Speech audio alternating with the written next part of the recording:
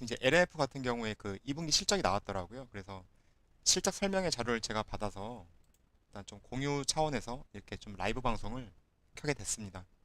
내용을 보면 경영 실적, 그리고 설명, 그에 따른 설명, 그리고 손익계산서와 재무상태표가 있습니다. 아, 예, 임범님 안녕하세요. 반갑습니다. 다른 채널이요? 다른 채널?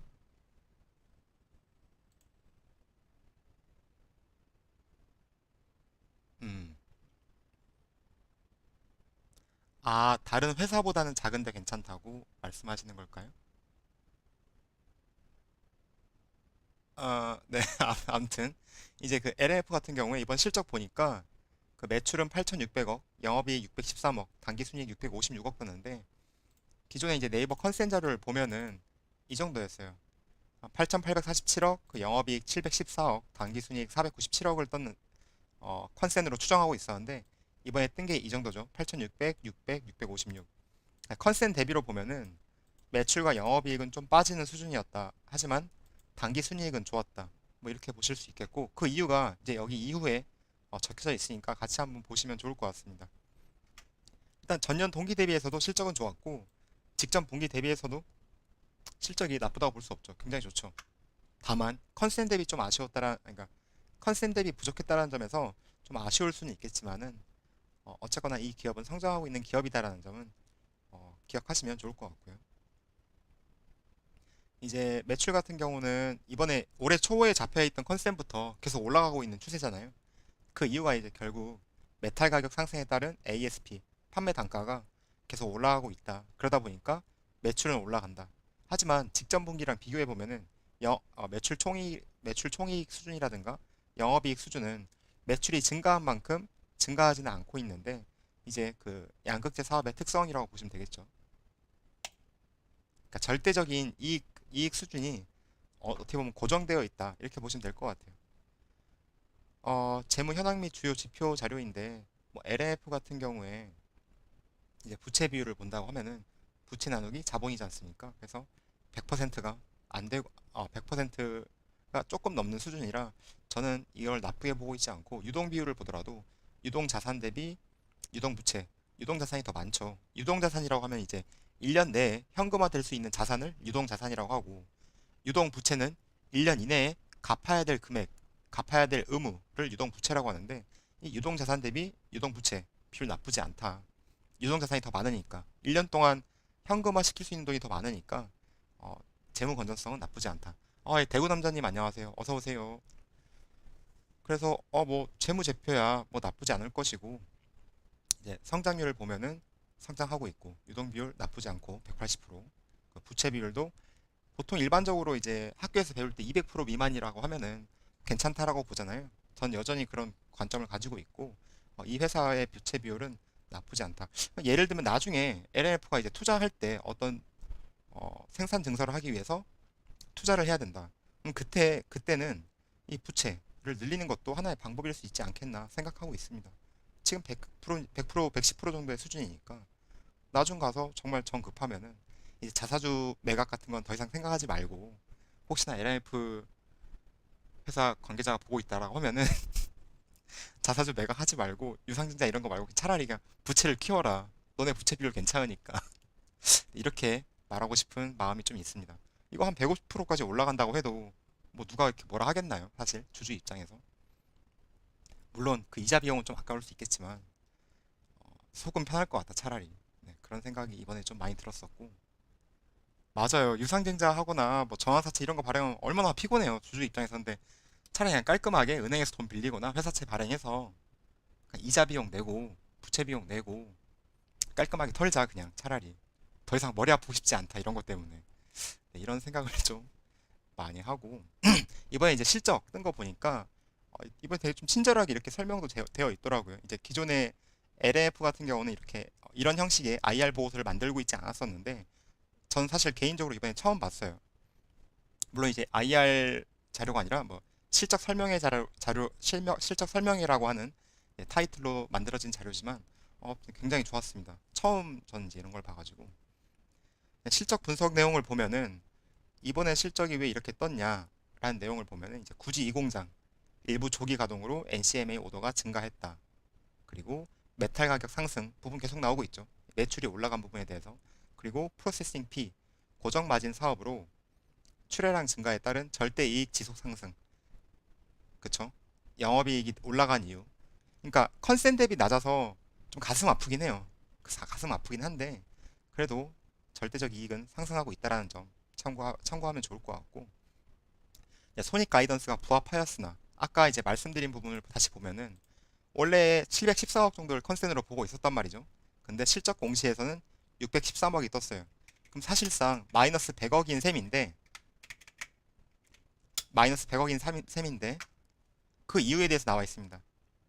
6월 고객사 반기 재고 조정 영향으로 일부 매출 이연. 제가 아까 2시에 잠깐 연락이 됐었어요. 오늘 이제 LNF IR 부서 같은 경우는 실적 발표 이것 때문에 굉장히 바빴던 것 같고, 이제 그 틈에 어떻게 운 좋게 연락이 닿아서 여쭤봤더니 이제 이 부분에 대해서 말씀을 해주시더라고요. 제가 그때는 이 자료를 받기 전이었었는데, 근데 뭐 제가 IR 물어본 것보다 여기에 더 깔끔하게 정리가 되어 있으니까 이 내용으로 대체하겠습니다. 이게 이 지연된 매출이 7월 달에 반영이 된다라고 합니다. 이게 100억 정도 된다라고 하고요. 이 내용. 그리고 이따가 이제 컨퍼런스 콜 자료도 같이 볼 건데 거기에 이 내용이 좀 더 구체적으로 나와 있으니까 그때 한번 보시면 될 것 같고, 사업 전망 같은 경우는 국제 이제 매크로 이슈에도 꾸준히 오더 증가 중이다. 그러니까 사실 올해 초에 보면은 테슬라를 제외한 다른 전기차 사업들은 다 판매 대수가 줄어들었죠.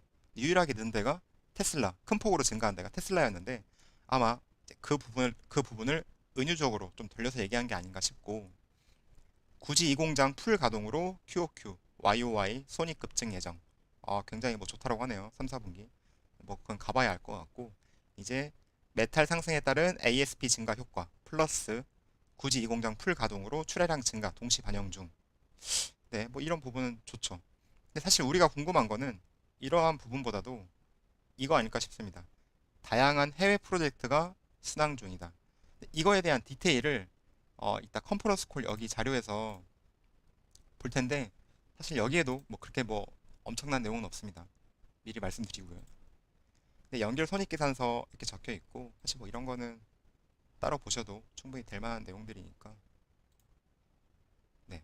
일단 실적 발표의 자료에서는 이 정도가 요점일 것 같습니다. 여기 손익 가이던스가 부합하였으나 6월 고객사 반기 재고 조정 영향으로 일부 매출이 이연된 부분이 있다. 이거는 7월 달에 반영이 될 것이다. 라는 점. 그리고 이제 컨퍼런스 콜 자료를 봐볼게요. 이거 같은 경우는 하나증권에서 나온 자료이고, 한번 봐보겠습니다. 근데 이거는 앞에서 말씀드렸던 내용이고, 대구담자님 어떤 말씀하셨는데 영업이익으로 100억 말씀하시는 거죠. 예, 맞습니다. 그 부분. 그리고 테슬라가 롱레인지 모델에 대해 올해 주문을 마감했다고 하는데 이에 따른 하이니켈 양극재를 공급하는 LNF의 영향은 없을까 싶네요. 아무래도 있겠죠? 그 부분은 제가 지금 자세히는 잘 모르겠습니다, 남자님. 이제 컨퍼런스 콜 요약에서 제가 보기에 중요한 부분이 몇 가지 있는데 일단 지나가면서 한번 얘기를 해볼게요. 일단 굳이 이 공장 앞에서 나왔던 얘기였고, 매출 전분기 대비 56% 상승, 메탈 가격 상승 효과, 이러한 부분도 이미 얘기가 나와 있었던 부분이고, 이거를 조금 더 디테일하게 보고 싶다고 하시면 이거 사실 여기서 이걸 보시면 돼요. 여기 저걸 저걸 구체적으로 알아야겠다 라고 하면은 여기 안 나와 있죠. LNF 자료에서 찾으시지 말고 어차피 안 나와 있으니까 여기 LG 에너지 솔루션을 들어가 보시면 됩니다.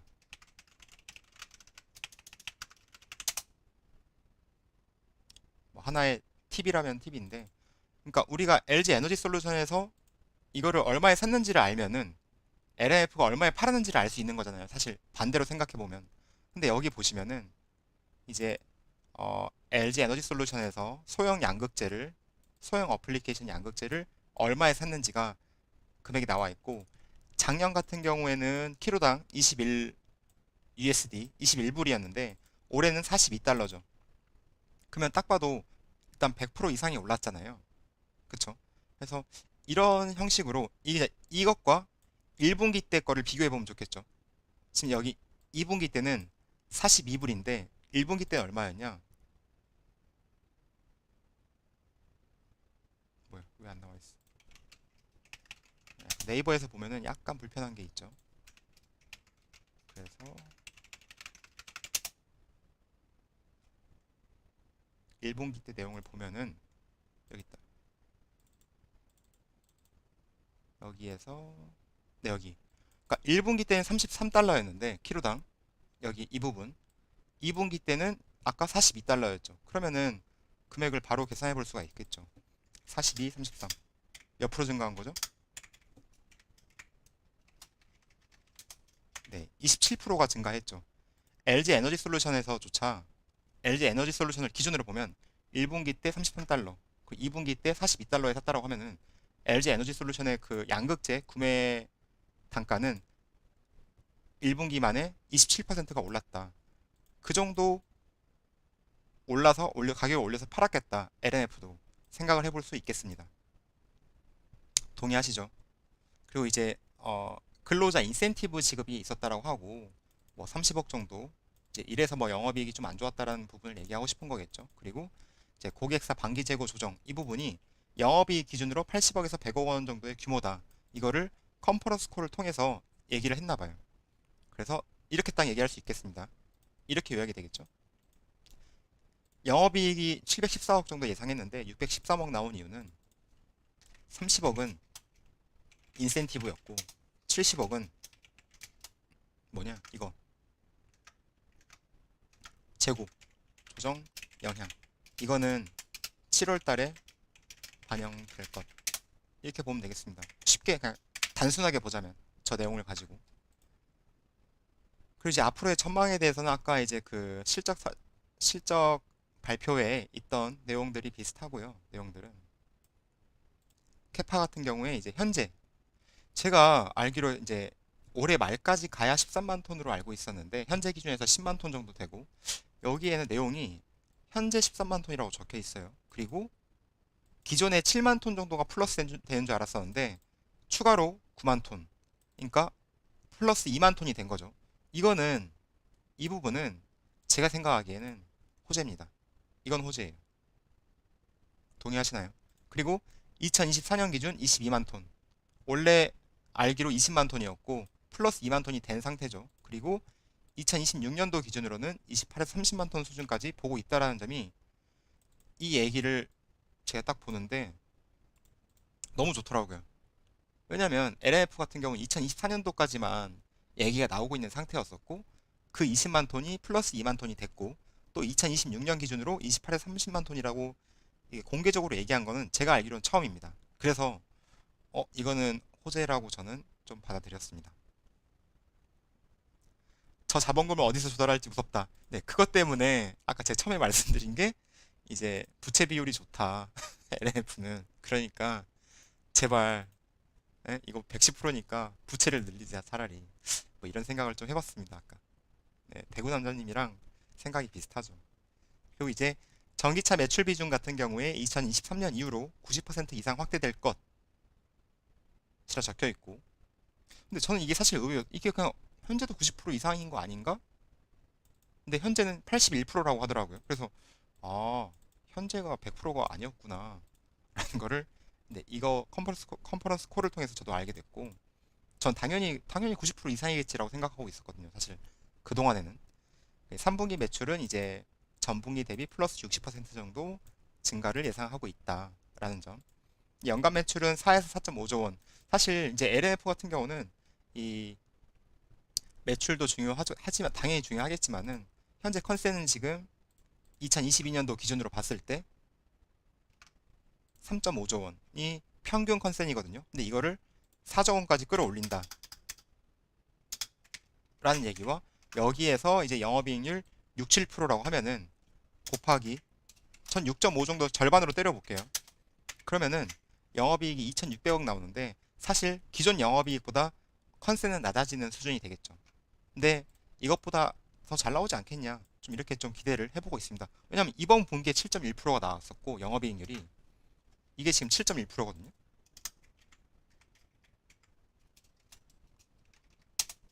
이게 7.1%예요. 근데 생각을 해보세요. 3분기, 4분기 때 판매 단가는 내려가죠.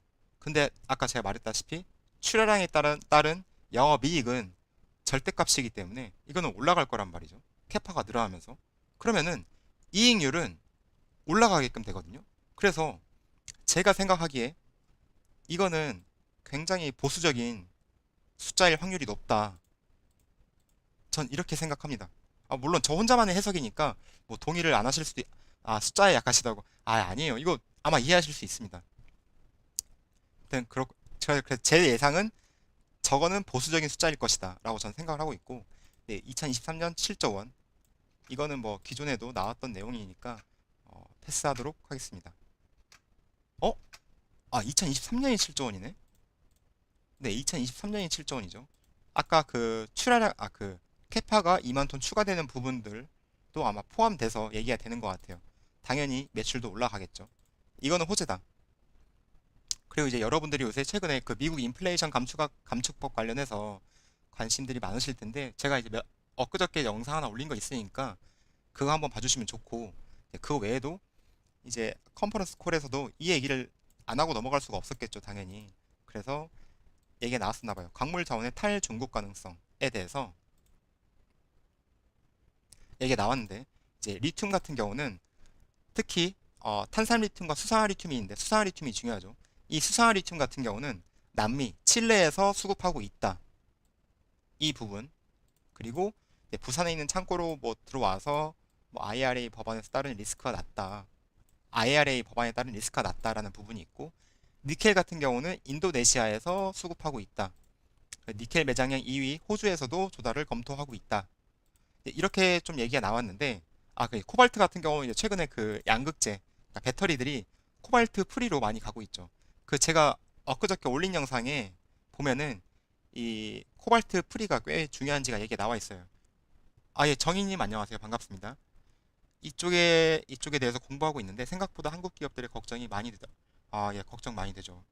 걱정 많이 됩니다. 유럽 같은 경우는 뭐 솔루스 첨단 소재를 봐도 그렇지만은 헝가리 공장 잘 안 돌아가고 있고, 또 SKI 테크놀로지 같은 경우도 폴란드 공장 잘 안 돌아가고 있고, 유럽 전기차가 생각만큼 이렇게 잘 성장이 안 되고 있다.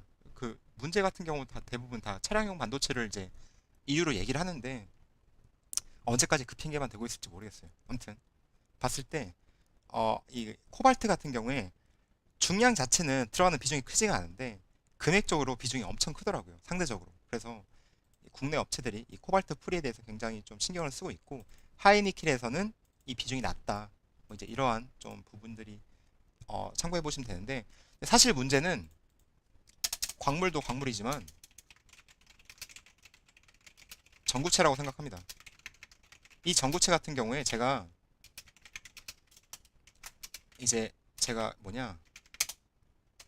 LF IR에는 못 물어보고 코스모 신소재에 연락을 드려봤어요. 그래서 우리나라 같은 그 코스모 신소재 같은 경우 전구체를 어떻게 조달하고 있나요? 물어봤더니 대부분 중국이래요. 그러면서 국내 양극재 업체들은 대부분 중국에서 전구체를 수입할 것이다. 이러한 말씀을 해주셨고, 물론 이제 에코프로 BM 같은 경우도 에코프로 GM 그 자회사를 통해서 전구체를 생산하고 있고, 이제 LG 그 LF 같은 경우도 JH 케미칼을 통해서 전구체를 만들고 있고, 코스모 신소재도 올해 초부터 이제 자회사에서 전구체를 생산하고 있지만, 코스모 신소재의 경우에는 한 20% 정도, 그 이제 양극재에 들어가는 전구체를 생산하는 그 양이 한 20% 정도밖에 안 된다고 하고, 나머지 80%는 중국에서 수입을 한다. 이렇게 말씀을 들었고, 이제 뭐 LF 에코프로비엠 같은 경우도 전구체 생산하는 비중이 그렇게 크진 않습니다. 그래서 좀 걱정이 되는 부분인데, 이거는 어떻게 앞으로 좀 상황이 되는지 지켜봐야 된다. 이렇게 생각하고 있고요. 왜냐하면 지금 양극재 업체들도 지금 이제 그 IRA 법안이 나온 지가 얼마 안 됐으니까 좀 이제 좀 대응 전략을 짜보고 있는 구간이라 생각이 듭니다. 그러니까 좀 기다려 보시고, 너무 또 이제 마음이 좀 불안하긴 하지만은 또 너무 불안하게만 생각하실 필요 없다. 이게 만약에 이 전구체 부분이 걸린다라고 하면은 아마 전 세계 배터리 값이 어떻게 될지 모른다. 그 구조가 어떻게 바뀔지 모른다. 워낙 큰 일이라서 생각해 보시면 될 것 같고, 이제 배터리 부품 조항에 대해서 얘기가 나와 있네요. 양극재는 현지 생산이 필수적이다. 현지 생산. 그러니까 그쵸. 어. 그 레드우드와의 협업을 통한 대응이 가능하다. 이거를 좀 얘기를 좀 더 깊게 해주시면 더 좋을 것 같은데, 네, 이거는 제가 항상 기대를 하고 있는 부분인데 뭐 아직까지 좀 구체적으로 뭐가 안 나와요. 그리고 현재 협업은 지속 진행 중이나 항상 이 말씀이죠. 이 말씀이시죠. 그 하이니켈 기술 공유에 대한 정부의 승인이 필요하다. 이런 것까지는 제가 생각을 못했었는데 이런 것도 좀 중요하게 보이긴 합니다. 네, 이제 레드우드가 건식만 하고 습식은 안 되는 걸로 알고 있는데 그래요? 그런 부분도 확인을 해봐야겠네요.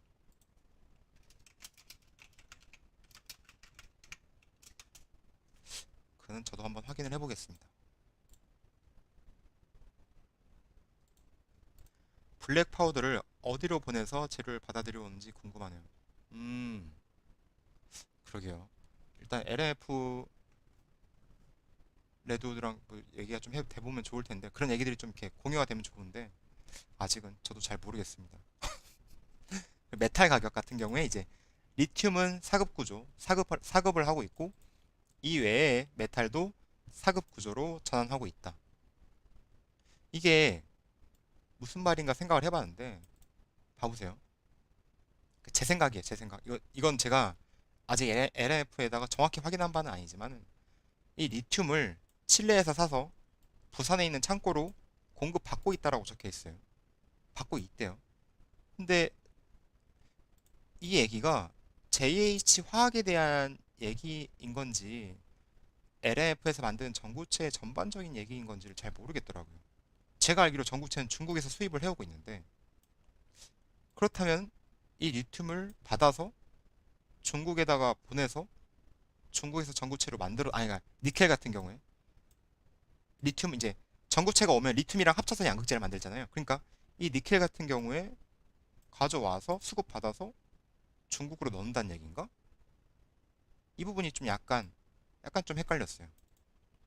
그러니까 리튬은 이거 칠레에서 가져오는 게 맞겠죠? 맞겠죠? 전구체랑 합치면 되는 거니까. 근데 이 니켈은 어떻게 하고 있는 건가? 이 인도네시아에서 수급을 받아서 바로 중국으로 넘기는 건가? 좀 이런 생각이 들어서 제가 약간 좀 말을 이상하게 하고 있는 것 같은데 정리하면 이겁니다. 정리를 하면은 인도네시아 니켈, 그러니까 리튬은 칠레, 이거 한국 들어와서 LNF에서 리튬 플러스 전구체를 하겠죠. 양극재를 만들겠죠. 그러니까 이 부분은 문제가 안 될 것 같아요. 문제가 안 되는데 인도네시아 니켈은 중국으로 가서 전구체 만들어서 한국으로 재수출? 그래서 LNF 리튬 플러스 전구체 양극재 이렇게 되는 거 아닌가? 물류가? 좀 이런 생각이 들더라고요. 이거를 좀 확인을 해보고 싶은데 오늘 제가 아까 전화할 때 정신이 없어서 물어보지 못했어요. 아까 이거 칠레 얘기만 듣고 기뻐가지고 그래요? 문제가 없겠네요. 하면 전화를 끊어가지고 니켈을 안 물어봤어요 사실. 아씨 바보같이. 그리고 이제 사급 구조로 변경이 되며 순실현 되게 웃기죠. 그러니까 딱 칠레 얘기만 듣고 문제 없겠네 이러면서 이제 기쁜 마음으로 전화를 껐는데 다시 전화하니까 전화가 안 되더라고요. 그래서 딱 한 번 통화됐을 때 잘 물어봤어야 되는데 정작 이건 못 물어보고 이거 칠레 얘기만 듣고 기뻐가지고 그랬습니다. 그래서 저번에 대구 남자님이 한 2주 전에 금약 말씀하셔서 좋은 수익 냈습니다. 이제 인사드리네요. 또 이게 대구 남자님의 또 이렇게 인사이트가 빛을 발했던 순간이었죠. 금양. 사급 구조로 변경되며 순실현 가치가 반영되지 않았음. 메탈 가격 하락하더라도 타격 크지 않음. 현재 70에서 75%는 사급 계약을 했다. 향후 사급 구조 확대가 예상될 것이다. 이게 니켈도 포함된 내용인지 확인은 해봐야겠죠. 이 부분. 니켈도 포함된 내용이냐. 그러니까 리튬은 더 이상 걱정이 되지 않아요. 니켈만 걱정돼요, 이제. 양극재 산업 내에서 메탈 가격에 따른 실적 변동성은 작아지고 있다. 양산 및 공급 능력이 실적에 직접적인 영향을 미칠 것이다. 고객사를 선 확보하여 출하량을 늘리는 것이 중요하다. 이런 내용들이 있고 이제 Q&A 그 이제 증권사에서 물어본 Q&A겠죠. 연간 수익성 하락 원인. 아까 이제 실적 보고에 나왔던 자료고요. 맞죠? 그리고 IRA에 따른 완성차 현지 생산 증가 예상, OEM의 현지 증설 요청 유무, 이런 부분들. 지금 이게 사실 해외 투자와 관련된 내용이거든요. 자동차 OEM의 요구는 있고 현재 검토 중이다. 뭐 이 정도로 사실상 답변을 안 한 거죠. 이게 무슨 답변이야? 아무 답변도 안 해주셨다, 사실. 그 레드우드 관련 고객사 확장 가능성, 북미 시장 전체에 대한 접근이 기본 방향. 이것도 사실상 아무 답변이 아닌 거죠. 이거 답변이라고 할 수가 없습니다. 3, 4분기 판가 상승, 레깅 효과는 보통 2, 3개월이다. 근데 전 이것도 약간 의외였어요. 네, 답변을 저렇게 뜬구름처럼 하면은, 뭐, 아니, 당연히 북미 시장 전체에 대한 접근이 기본 방향이겠죠. 유럽은 아니겠죠. 그래서 이게 뭐야. 근데 이제 3, 4분기 판가 상승 부분에서 이 부분이 있잖아요. 판가 정가 레깅 효과는 보통 2, 3개월이다라는 부분이 있잖아요. 저는 사실 이게 한 달 정도라고 생각하고 있었거든요. 한 달이라고 생각을 했었는데 아니었다. 네. 맞아요. 그 LF 같은 경우에 저한테 이제 종종 해주시는 종종? 뭐 종종이라고 아무튼 LF 같은 경우에 해주셨던 말씀이 자기네는 기본적으로 엄청 보수적으로 잡고 서프라이즈가 나오면은 좋은 거라고 생각한다. 이렇게 답변을 해주셨는데 저는 그 말에 되게 신뢰할 만한 기업이다라는 생각이 들면서도 반대로는 좀 답답하다. 좀 마케팅을 해야지 요즘 같은 시대에 자기 어필도 많이 하고 이런 생각을 좀 양면성이 있는 것 같아요. 좋기도 하면서 답답하기도 하고 그런 것 같아요. 대구 사람들이 엄청 고지식하고 보수적이거든요. 그래요? 대구 사람들 지역 특성이었나요, 이게? 그리고 3분기 프라이싱은 끝난 상황이다. 그래서 10에서 15% 판가 상승을 예상하고 있다라는 점. 4분기는 이제 확정되지 않았다. 해외 진출 시 캐파 같은 경우 이건 약간 좀 구체적이었습니다. 해외 진출 시 5만 톤 수준으로 시작될 것으로 예상한다. 하지만 확정된 바는 없다. 이러한 부분.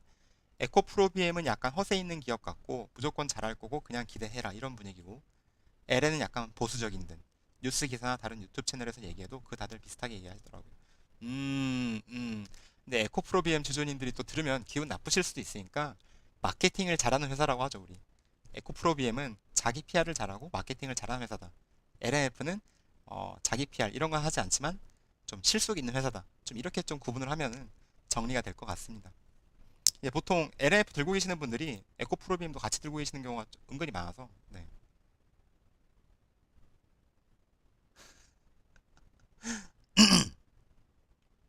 맞아. 약간 삼성 SDI도 약간 그런 느낌이죠. 맞아. SKO는 맞아. 약간 좀 최태원 회장님이 좀 열심히 또 영업을 하시고 네, 그런 것 같습니다. 이 부분은 좀 구체적으로 이렇게 숫자를 얘기해 준 건 좋았지만은 당연히 해외 진출 시 5만 톤 수준으로 시작할 거라는 거는 뭐 당연한 얘기인 것 같기도 해요. 사실 우리나라에서도 캐파 늘릴 때 7만 톤씩 늘리는 회사가 해외에서 그 정도 수준으로 늘리지 않는다라고 하면은 그것도 이상하잖아요. 사실. 음. 그리고 이 영업의 손익 부분을 보면은 파생상품 평가 손익이 기타 손익으로 반영됨. 제 이제 LF 영상에서도 제가 이 자료를 언제 올렸었는지 모르겠는데 잠깐만 봐볼게요. 잠깐만 보면은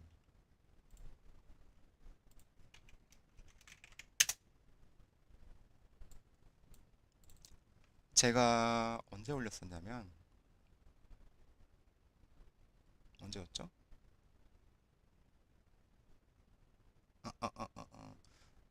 7월 초였던 것 같아요. 이때쯤이었던 것 같아요. 7월 14일쯤. 14일이나 7월 1일쯤.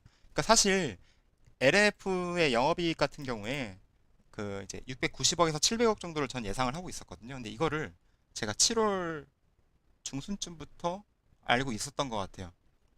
이제 IR에서 그 약간 좀 뉘앙스를 계속 풍겨주시더라고요. 컨센보다 안 나올 것 같아. 그리고 한 이 정도 수준일 것 같아. 라는 걸 말씀을 해주셔서 저도 이제 제 그 유튜브 채널 영상 등을 통해서 조금씩 그런 부분들에서 얘기를 하고 있었고 영업이익이 안 좋을 건 알았고 단기 순이익은 좋을 거라는 걸 알고 있었죠. 왜냐하면 파생상품 평가손익 이익이 반영될 걸 알고 있었기 때문에 그 전환사채권 있잖아요. 전환사채권이 이제 6월 말 기준으로 보면은 23만 원 미만이었기 때문에 파생상품 평가 이익이 발생하겠구나라는 걸 알 수가 있거든요. 그래서 이번 실적을 보더라도 당기순이익은, 그러니까 영업이익은 떨어졌어도 당기순이익은 이렇게 잘 나올 수 있었다라는 게, 이게 파생상품 평가 손익이었다. 이 부분을 체크를 해주시면 좋을 것 같아요. 이 파생상품 평가 손실과 관련해서는 제가 되게 열심히 만들었던 자료가 있습니다. 예전에 여기에 이거 전환사채란 이 내용을 보시면은 제가 알고 있는 회계 지식과 같이 더불어서 좀 내용을 정리해봤던 적이 있거든요. 그래서 한번 봐주시면 좋을 것 같아요. 전환 청구권이라는 내용도 꽤 열심히 정리를 해봤던 적이 있습니다. 네, 향후 사급의 주체 같은 경우는 자동차 OEM이 사급의 주체가 될 것으로 예상한다라는 점. 이거 좀 특이하지 않나요? 저만 좀 특이하게 생각했을지 모르겠는데. 그리고 셀 메이커 대비 OEM의 광산 투자가 활발해질 것이다. 사실 테슬라를 보면은 열심히 하고 있죠. 이렇게 EX 테슬라 셀 메이커 대비 OEM의 자본력이 강하다. 이 부분들을 좀 체크를 해주시면 좋을 것 같고, 그러니까 저는 이제 이 광물 같은 경우, 광산 투자 같은 경우는 배터리 셀도 하면 좋겠지만은 좀 LNF도 좀 이런 거 적극적으로 같이 좀 조인트 벤처 형식으로 좀 뭐랄까 뭐 컨소시엄이라고 하나요? 그래서 좀 기업들끼리 묶였을 때 좀 LNF도 같이 적극적으로 껴서 같이 하면 좋지 않을까, 좀 이런 생각을 좀 개인적으로 많이 합니다. 우리나라에서는 뭐 포스코라든가 LG라든가 이런 기업들이 많이 하고 있는데 LNF도 좀 이런 데 껴서 같이 했으면 좋겠어요. 에코프로는 이런 거 하고 있잖아요. 또 에코프로 그룹 차원에서 이제 해외 투자 시 비용 전가 같은 경우는 제품 프라이싱 할 때 반영될 것이다 라고 내용이 적혀 있고, 성과급 구조 뭐 이런 내용들이 적혀 있습니다. 여기까지가 이제 LF, IR과 그 컴포넌트 콜과 관련된 내용이었고, 이제 오늘 영상의 마지막 부분인데요.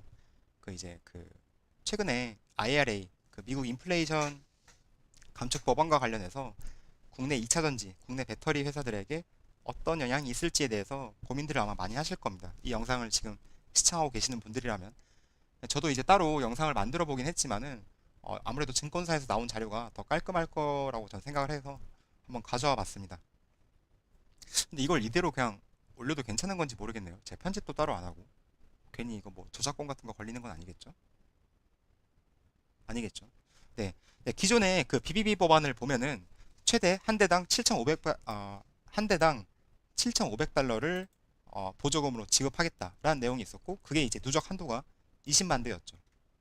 근데 이번에 이제 새로 나온 개정안 같은 경우는 20만 대에 대한 조항을 삭제를 했죠.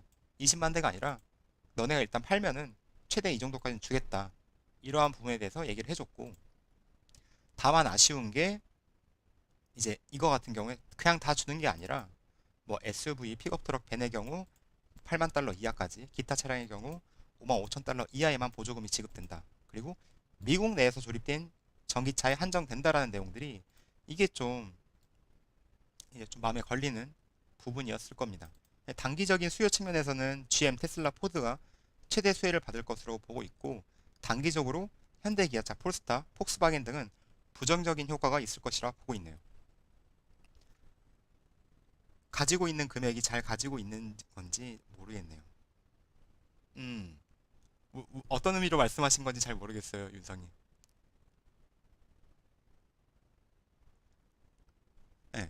그리고 중장기적인 수요 측면에서 보면은 북미 투자를 발표한 뭐 폭스바겐, 현대, 기아차 등은 중장기로 보조금이 가능하다. 뭐 이런 부분들이 있고, 중장기 애매하죠, 중장기. 인센티브 받기 힘들 것 같다고요. 그럴 수도 있겠죠. 이제 아직까지 북미 투자가 진행되지 않은 글로벌 OEM들의 미국 내 투자가 가속화될 것이다. 이러한 부분들이 있고, 사실 이제 2차전지 소재 입장에서는 이 부분에 대한 이슈가 좀 더 있었을 겁니다. 주요 광물, 지역 제한, 우려 국가, 수입 시 보조금 제외. 이제 이걸 저희는 중국으로 지금 보고 있죠. 중국. 그리고 예, 주요 배터리 부품 지역 제한. 이것도 중국으로 보고 있죠. 그래서 이제 매년 10%씩 확대를 하겠다. 이거 같은 경우에 제가 이제 그 뭐냐 최근에 만들었던 이 영상에 굉장히 디테일하게 제가 넣어놨으니까 한번 읽어봐 주시면 좋을 것 같아요. 저거는 제가 원문 요약본을 찾아가지고 보면서 만든 자료라 해석은 좀 어설플지 몰라도 이 내용에 대해서 디테일은 아마 보실 수 있을 겁니다. 아, 네, 이거 처음 한 3, 4분 정도만 보시면 될 거예요. 디테일한 내용. 나머지는 이제 그 광물이 그러니까 니켈이라든가 리튬, 코발트가 어떤 지역에 퍼져 있고 또 어디서 재련을 하는지 좀 그런 것들에 대해 적어 놓은 거니까 뭐 참고하시면 좋고. 그래서 이제 미국 내 배터리 밸류체인 형성 뭐 이런 부분들, 그리고 광물에 대한 견제, 사실상 중국산을 견제하기 위한 어, 개정안이지 않느냐라는 시선이 강하고, 이거에 대해서 미국 현지 내에서도 좋게만은 보고 있지 않다. 아니, 배터리 보조금을 정말 주겠다는 거냐? 대부분 중국에서 만들어지는데, 이러한 거에 대한 우려를 좀 하고 있다. 특히 양극재도 양극재지만 흑연, 이 부분 흑연 같은 경우는 중국이 글로벌리하게 어, 비중이 한 70% 정도 됐던 걸로 제가 기억을 합니다. 그쵸? 그리고 이제 BBB 법안 당시부터 해당 내용은 예견되었던 상황이라고 하는데, BBB 법안부터 해당 내용이 예견되었다고 하지만 저는 사실 몰랐습니다. 이렇게 될지 몰랐어요. 그리고 배터리 업체뿐만 아니라 배터리 한국 밸류 체인들은 북미 지역 투자, 직접이든 조인트 벤처든 원재료를 국산화하기 시작하였다. 그래서 LG라든가 에코프로, 포스코 그룹 등이 이런 것들을 열심히 하고 있다라는 부분. 그래서 이제 최근에 에코프로, 포스코 그룹, LG가 주가가 좀 잘 갔던 부분이 있는 거겠죠. 그리고 결국은 배터리 리사이클링인데, 이 배터리 리사이클링 분야에서도 중국이 어, 굉장히 선도적인 지위를 갖고 있다라고 볼 수 있겠더라고요. 그 자료에 좀 정리를 해놨으니까 나중에 보시면 될 것 같고, 미국 아몰랑 우리한테 소재 공급 인센티브 받으려면 너희가 전구체 흑연 알아서 구해, 이거네. 맞습니다. 맞습니다. 딱 그 말인 것 같아요. 이제 IRA 키포인트 수요 측면이라고 적혀 있는데, 사실 이러한 부분들은 천천히 한번 보시면 좋을 것 같습니다. 이게 어떤 얘기냐면, 제 이제 영상에서 많이 다뤘던 내용이긴 한데, 유럽 같은 경우에 보조금을 확대하고 나서 전기차 침투율이 급격하게 오르더라. 그 내용에 대해서 적혀 있는 내용이에요. 여기 이제 표를 한번 해석을 해보자면, 보조금이 이제 2020년 7월에 보조금을 확대를 했고, 그 사이에 BEV 전기차 침투율이 3.9%에서 14%까지 상승했더라 라는 내용이고, 그렇다면 미국이 지금 이 침투율 지금 한 7, 8% 정도 되는 시점에서 보조금을 확대한다면은 유럽이 3.9에서 14%까지 올라갔던 것처럼 미국도 올라가지 않겠느냐라는 가정을 담은 이야기표라고 해석을 하시면 될 것 같고요. 제 말이 좀 빠른가요? 좀 약간 흥분을 한 것 같아요. 시청자 수가 지금 50명이다 보니까 약간 갑자기 좀 심장이 떨리네요. 보통 원래 한 5분, 6분 이렇게 모여서 얘기할 때는 좀 조곤조곤 그래도 얘기를 하는 편인데, 동시 시청자 수가 50명을 넘어가니까 잠깐 긴장을 좀 했습니다. 네. 카레님 지금 보고 계신가요? 아, 카레님 들어오셨네요. 고금님. 지금 시청자 수가 50명이에요, 50명. 지금 33명 됐다. 이렇게 갑자기 뚝 떨어지지?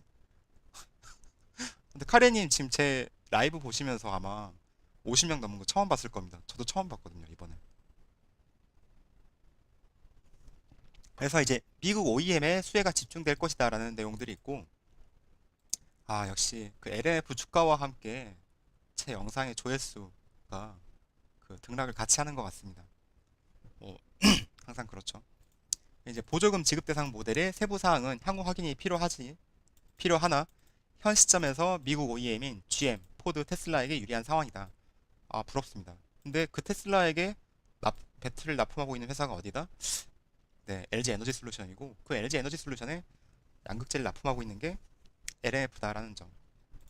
뭐 그런 것들 좀 참고해 주시면 좋을 것 같고, 네, 이제 글로벌 OEM의 미국 내 전기차 생산 라인은 투자 가속화될 것. 아, 진짜. 근데 역시 상한가보다 하한가가 좀 더 영향이 크네요. 그쵸? 네, 사람들이 주가가 급락했을 때 확실히 관련 자료들을 더 찾아보는 경향이 있는 것 같긴 해요. 막 올랐을 때는 저부터도 특별히 잘 안 찾아봐요. 내 생각이 맞았나 보다. 뭐 특별히 호재가 있나? 좀 느슨하게 찾아보고 하한가 갔을 때는 마음이 급해서 좀 더 찾아보게 되는 것 같습니다. 글로벌 OEM들의 미국 시장 내 이제 신규 전기차 모델 런칭 본격화 이런 부분들은 이런 디테일한 부분들은 제가 이 라이브에서 어, 다루고 싶지는 않고 나중에 제가 다른 자료를 통해서 한번 보도록 하겠습니다. 제가 이 영상 같은 경우는 이 스트리밍이 끝나는 대로 바로 발빠르게 편집해서 올릴 거기 때문에 나중에 이거 제 영상에서 충분히 보실 수 있을 것 같고요. 제가 이거를 뭐 굳이 설명할 필요는 없을 것 같아요. 그쵸? 네, 그리고 이제 가장 키포인트가 결국은 탈중국을 가속화시키려고 한다. 뭐 이러한 거에 목적이 있다. 좀 그 법안의 그 목적을 이렇게 보고 있는 것 같고, 이제 주요 광물, 우려 국가, 수입 시 제외. 근데 이거에 대해서 이제 아까도 말씀드렸지만 문제는 이건 것 같아요. 광물은 중국이 가지고 있는 광물은 없어요. 그렇게 많진 않아요. 니켈이든 리튬이든. 니켈이 제일 많은 데는 인도네시아고, 리튬이 제일 많은 데는 어디였더라? 그 남미 쪽 칠레입니다. 근데 결국은 그러니까 광물을 많이 가지고 있는 나라는 그런 나라인데 그 광물을 재련하고 또 전구체로 만드는 나라는 중국이란 말이죠. 그래서 그거에 대한 해석이 어떻게 되는지가 이 자료에도 물론 나와 있지는 않더라고요. 이 자료에도 나와 있지는 않아서 그걸 어떻게 해석할지가 좀 이제 관건이 되지 않겠냐 앞으로 좀 그런 생각을 하고 있습니다. 여기 보면 광물 자체보다 전구체, 수산화 리튬, 음극재 등의 탈중국화가 필수적이다. 정확히 딱 이 말입니다. 광물 자체는 문제가 안 돼요. 근데 전구체 이런 것들을 어떻게 할 거냐는 거죠. 마이닝을 보면은 이렇게 중국 비중, 중국 비중 빨간색 보이시죠? 이런 것들이 문제가 된다. 좀 생각을 하시면 좋을 것 같습니다. 일단 물리면 그때부터 다들 공부함. 그쵸, 맞아요. 저도 그래요. 저도 똑같습니다. 정제와 가격 결정력이 중국이 있는 거죠. 광물에. 맞습니다. 네. 업스트림, 미드스트림 자체가 중국에 집중되어 있어서 유유. 2030년까지도 힘들 것 같은데 이것에 대한 조정이 조금 필요하지 않을까 싶네요. 그렇죠. 그래서 차라리 미국이 이 IRA 법안을 이제 어떤 탈중국화를 만들고 싶다라고 하면은 광물이 아니라 소재에다가 소재에다가 집중을 해야죠. 그래서 한국 LNF에서 만든 소재, 양극재 소재, 오케이. 뭐 이런 식으로 가야지 광물까지 들여다본다라고 하면은 그건 좀 억지 아니냐. 지금 뭐 배터리 생태계를 어떻게 흔들려고 하는 거냐 대체. 그래서 이게 좀 LNF 에코프로비엠에 좀 수혜가 될 수 있도록 법안이 바뀌었으면 하는 저의 그 소박한 마음이 있습니다. 굉장히 소박합니다. 이제 우리나라에서 그 K 배터리는 이제 우리나라 배터리 회사들이 이런 것들을 미리 준비하고 있었다. 그래서 뭐 포스코라든가 LG라든가 에코프로는 그래도 상대적으로 우리나라 다른 기업들에 비해서 선제적으로 투자를 하고 있었다. 이 부분은 인정할 수밖에 없죠.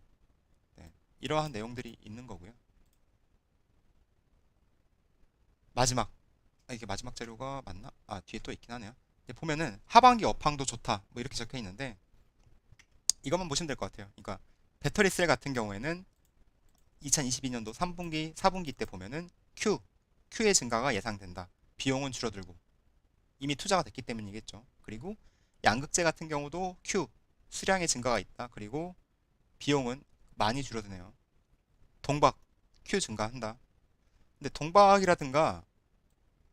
동박은 사실 잘 모르겠는데 왜냐면 이번에 그 솔루스 첨단 소재라든가 또 동박과 또 다른 분리막 같은 경우에도 그러니까 이게 유럽에 투자한 회사들이 이게 생각보다 좀 전기차 물량이 잘 안 풀리고 있다. 좀 이러한 걱정이 좀 있습니다. 그래서 동박은 어떻게 될지 이렇게 적혀 있긴 한데 잘 모르겠어요. 저 주식 선배는 다음 미 대통령은 반중국적 정치 기조보다 중립 기조로 중국을 받아들일지도 모른다고 바이든 즉위 1년부터 이야기하더군요. 음, 그래요. 그럴 수 있죠. 다음 미 대통령. 근데 이번에 어쨌거나 뭐 바이든이 한 번 더 가지 않을까 생각이 들긴 하던데. 근데 전 바이든이 이렇게까지 반중 정서를 갖고 있는지 몰랐어요. 그러니까 바이든이 처음에 이제 취임할 때도 어떤 레포트에서 중국을 어느 정도 견제할 것이다라는 기사를 내용을 보긴 했었는데 이렇게까지 반중 정서로 가게 될 줄은 몰랐습니다. 사실. 그러니까 트럼프 때 이제 미중 갈등이 격화되고 바이든 들어서 좀 바뀌지 않겠나? 이렇게 생각하고 있었는데 배터리 산업만 놓고 봤을 때는 이게 오히려 더 심해졌네? 이런 느낌이 좀 들더라고요. 근데 이번 대만 건은 바이든의 뜻이 아니라 그래요? 그 내용을 좀 더 봐야겠네요. 이번 중간 선거에 바뀔 것 같긴 한데 점점점점 그래요. 하여튼 이러한 부분들 동박과 전해 그리고 전해액 원재료 분리막 이 분리막도 보면은 이제 4분기부터 나아질 거다라고 적혀 있는데 4분기는 사실 또 어떻게 될지 모르니까 어떤 이슈가 터질지 모르고 그래서 양극재는 그래도 상대적으로 안정적이지 않나 이런 좀 자기 위로를 해봤습니다. 원래 그렇죠. 자기가 갖고 있는 거에 좀 더 약간 손이 가고 눈이 가고 음. 이 부분은 뭐 이미 내재화 중인 전고체 부분 그래서 뭐 CATL 상장 이후 LG화학 대비 프리미엄이 지속되고 있다 뭐 이러한 내용들이 있고 별로 저기는 관심이 없고 여기도 크게 이게 기존에 나왔던 내용들 조금 더 정리했고 이제 ETF 대비 중소형주 편입이 비중이 높다 뭐 이런 내용들이 있습니다. 제가 준비한 자료는 여기까지입니다. 여기까지 몇 분 걸렸을까요? 몇 분 걸렸는지 모르겠는데 네, 제가 준비한 자료는 여기까지고 지금 시청자 수가 58명이나 되네요. 너무 기쁩니다. 제가 그 동안에 라이브를 하면서 최대 시청자 수를 오늘 찍어보네요. 오늘. 근데 이번 동박은 언제든지 번 돈 전부 캐파 증설에 박아야 할지 치킨 게임 한다고 신호 주는 듯 점점점점. 그 이제 아까 이 얘기를 그럼 잠깐 해볼까요? 그 솔로스 첨단 소재에 아까 연락을 해봤었는데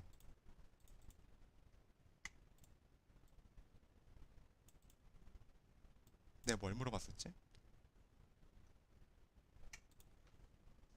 그렇게 말씀하시더라고요. 그러니까 제가 일진 머티리얼즈 같은 경우에 어 지금 이제 한참 그 전지박 같은 경우 2차 전지 소재로 잡혀서 매출이 늘어나고 있는 앞으로 성장성이 좀 어느 정도 보장이 된 그 섹터인데 왜 회사를 매각하려 할까요?를 일진에 물어본 게 아니라 솔로스 첨단 소재에다 물어봤었어요. 아까 그랬더니 이제 자기네들이 뭐 답변할 사항은 아닌 것 같다라고 말을 하는데 일단 그 투자 비용이 생각보다 더 큰가 봐요. 그러니까 캐파 증설에 들어가는 돈이 진짜 큰 건가 보더라고요. 근데 방금 이제 고금님이 말씀하신 것처럼 좀 자신이 없으니까 일단 여기서 발 뺄까? 좀 이런 생각하는 거 아닐까? 좀 그런 생각이 들더라고요. 그래서 그 비중이 금액이 얼마나 큰지는 잘 모르겠지만 예, 예, 번 돈 다 들어가나 그렇게 볼 수도 있겠죠. 그러니까 정말 큰 돈이 들어가서 거기에 따른 부담을 일진이 좀 느꼈던 게 아닐까? 예, 이런 느낌으로 말씀을 해주시더라고요. 근데 방금 카레님께서 말씀해 주시니까 딱 그 부분이 생각이 났고 여기 이제 솔참 같은 경우는 지금 관심 가지고 계시는 분들이 얼마나 계시는지 모르겠지만은 이거는 제가 아까 물어봤던 내용들인데 나중에 뭐 지금 라이브에서 하는 게 아니라 영상을 좀 따로 정리해서 만들도록 하겠습니다. 그럼 자본금이 좀 있는 대기업이 인수했으면 좋겠네요. 일진 머티리얼즈 말씀하시는 거죠? 당연히 그렇게 될 거라고 생각합니다. 워낙 큰 기업이니까. SKC는 더 공격적이라 SK 지원도 받아요. 근데 SK가 있기에 더 안정적. 음, SK 넥실리스, SKC. 음, 그렇군요. 여러분, 제가 준비한 자료는 여기까지고, 제가 추가적으로 뭔가 계속 더 이렇게 사람들 많이 들어오셔서 끌고 나가고 싶긴 하지만, 나중에 또 뭔가 준비가 됐을 때, 잘 좀 라이브를 해보도록 하겠습니다. 제가 더 이상 할 말이 없네요. 아무튼 LNF 잘 갔으면 좋겠고, 에코프로비엠도 그렇고, 또 지금 이 방에 계시는 분들의 종목이 이렇게 좀 많이 잘 갔으면 좋겠습니다. 여러분, 들어가 볼게요. 즐거웠습니다. 네, 감사합니다.